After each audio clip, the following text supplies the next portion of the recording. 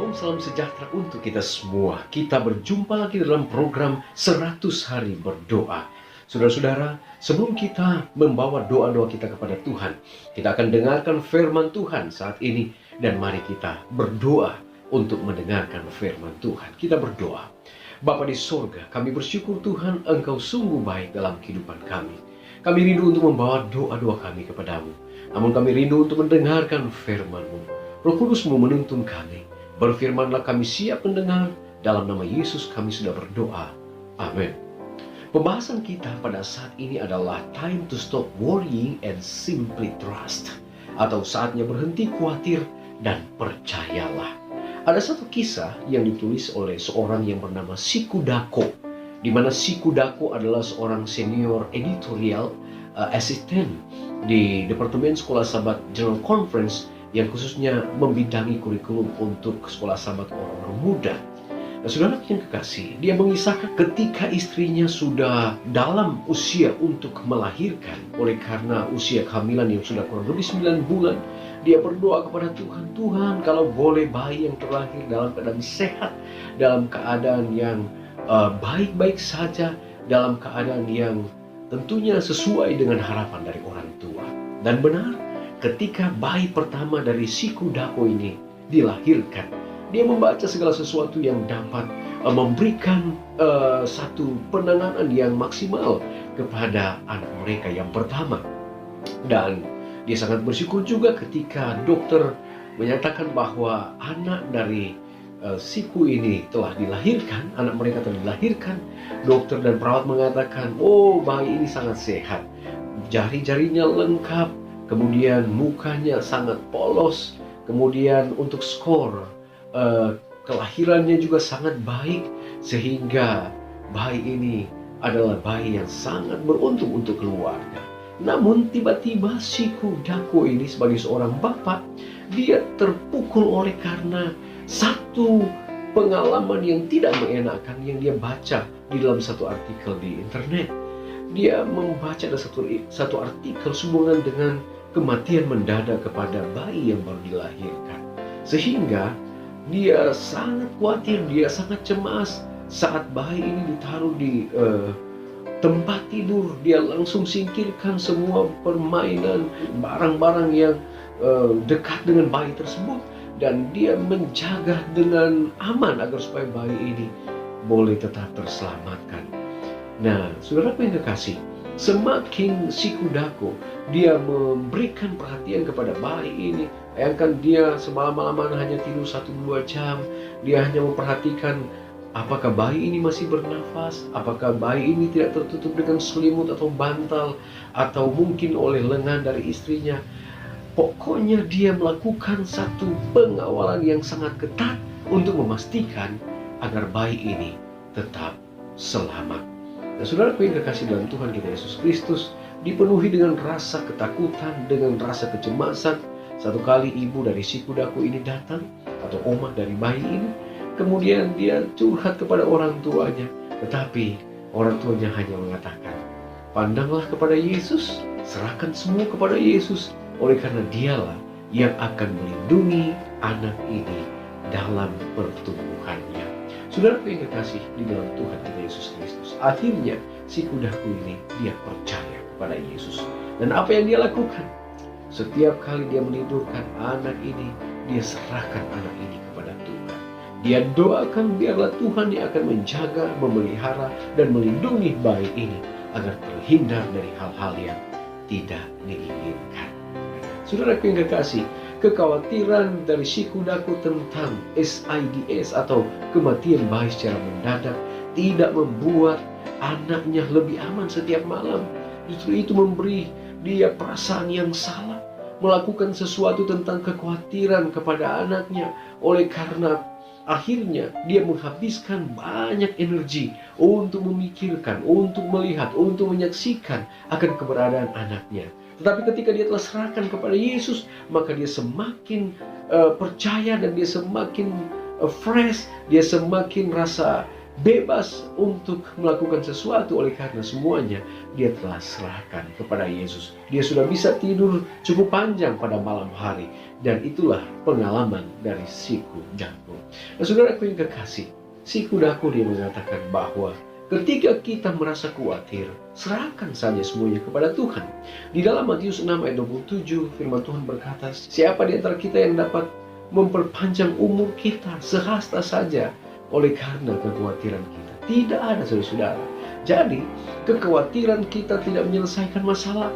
Itu tidak memperbaiki situasi. Justru sebaliknya, alih-alih menyumbangkan sesuatu yang berharga untuk keadaan itu, hal itu mengaburkan penilaian Anda, mengurangi kearifan Anda, dan membuat Anda kurang mampu untuk menangani setiap stresor yang terjadi di dalam kehidupan kita. Saudara, Anda khawatir tentang keuangan Anda.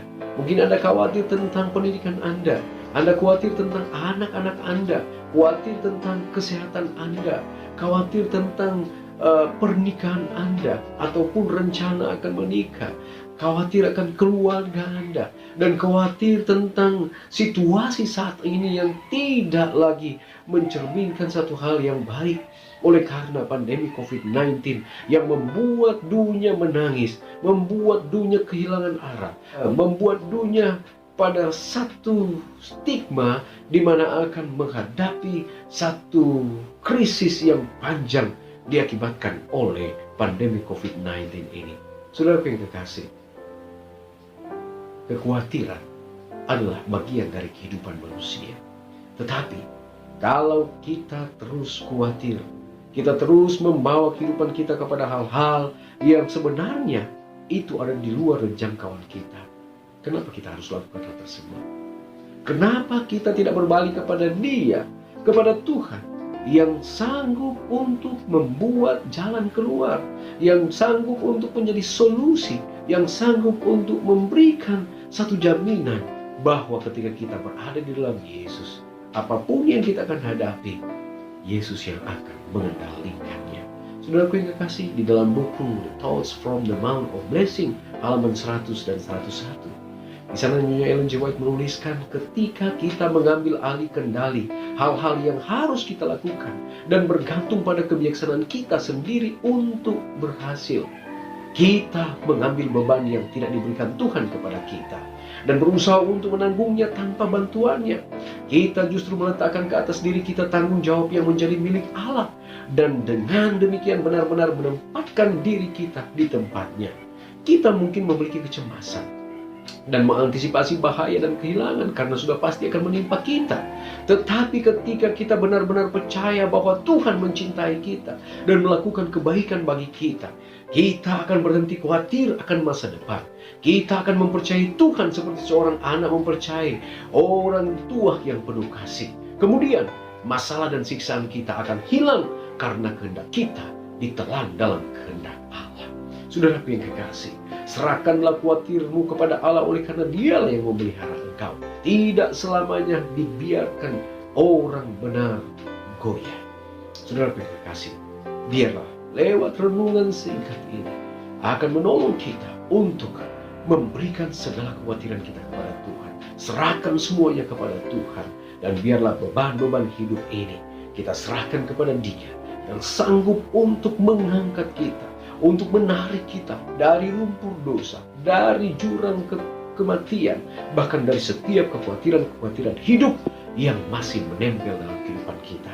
Ketika kita serahkan kepada Tuhan, kita akan bebas. Kita akan mendapatkan ketenangan oleh karena janji Tuhan. Ketika kita selalu serahkan kehidupan kita kepadanya, Dia akan memelihara kehidupan kita. Tuhan Yesus memberkati kita. Amin. Baik, saudara, kita akan datang pada doa pada saat ini. Ada beberapa pokok doa yang kita akan doakan. Yang pertama, kita berdoa untuk lebih banyak iman dan kebenaran kepada Allah, terutama di masa krisis ini. Kita juga berdoa untuk berkat Tuhan bagi anggota yang mengoperasikan taksi Panama City, agar mereka akan memperoleh selalu kemenangan. Kita juga berdoa untuk penginjilan kelompok kecil Bakti Wanita Advent di Western Nigeria Union. Dan yang terakhir, kita berdoa bagi mereka yang tidak mengenal Yesus sebagai juru selamat, agar mereka tertarik pada Yesus sebelum pintu kasihan Baik saudara, mari kita menghadap Tuhan. Kita satu di dalam doa. Bapa di surga, kepada Tuhan kami datang saat ini. Berterima kasih untuk berkat firman yang kami boleh nikmati. Kami diajak untuk meninggalkan kekhawatiran kami. Kami memiliki kekhawatiran, serahkan kepada Tuhan. Apabila kami menyerahkan kekhawatiran kepada Tuhan, maka Tuhan akan mengangkat beban kami. Tuhan akan meluputkan kami, dan kami mendapatkan kedamaian dan sukacita oleh karena Tuhan mengasihi dan mencintai kami. Bapa di surga, kami berdoa Tuhan saat ini untuk pokok-pokok doa. Di antaranya, semua umat-umat Tuhan yang mengalami akan situasi krisis pandemi COVID-19. Saat kami ada di dalam situasi ini, ada yang sudah terpapar, ada yang kehilangan keluarga. Tolonglah kami Bapa, agar dengan iman kami boleh merefleksikan bahwa walaupun dalam situasi ini kami ada dalam naungan Tuhan. Kami dimenangkan oleh kasih Tuhan dan perlindungan Tuhan. Kami juga berdoa Tuhan untuk umat-umat Tuhan yang tentunya berprofesi sebagai taksi di Panama City. Kiranya Tuhan berkati.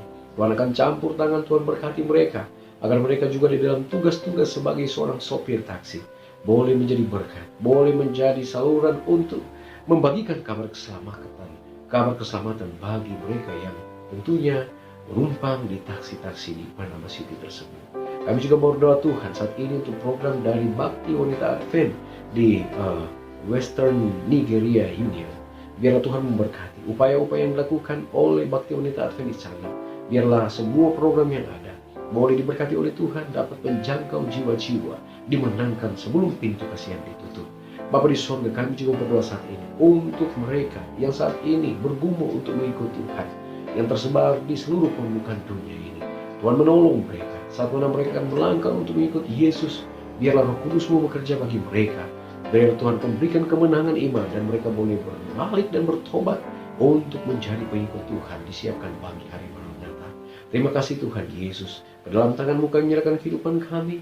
Kasih-Mu akan selalu melingkupi dalam kehidupan kami. Dalam nama Yesus kami sudah berdoa. Amin. Baik, puji Tuhan saudara, pertemuan kita saat ini telah selesai. Kita akan jumpa lagi pada besok hari. Mari terus berdoa. Kita tidak berdoa sendirian. Tuhan Yesus memberkati kita. Amin.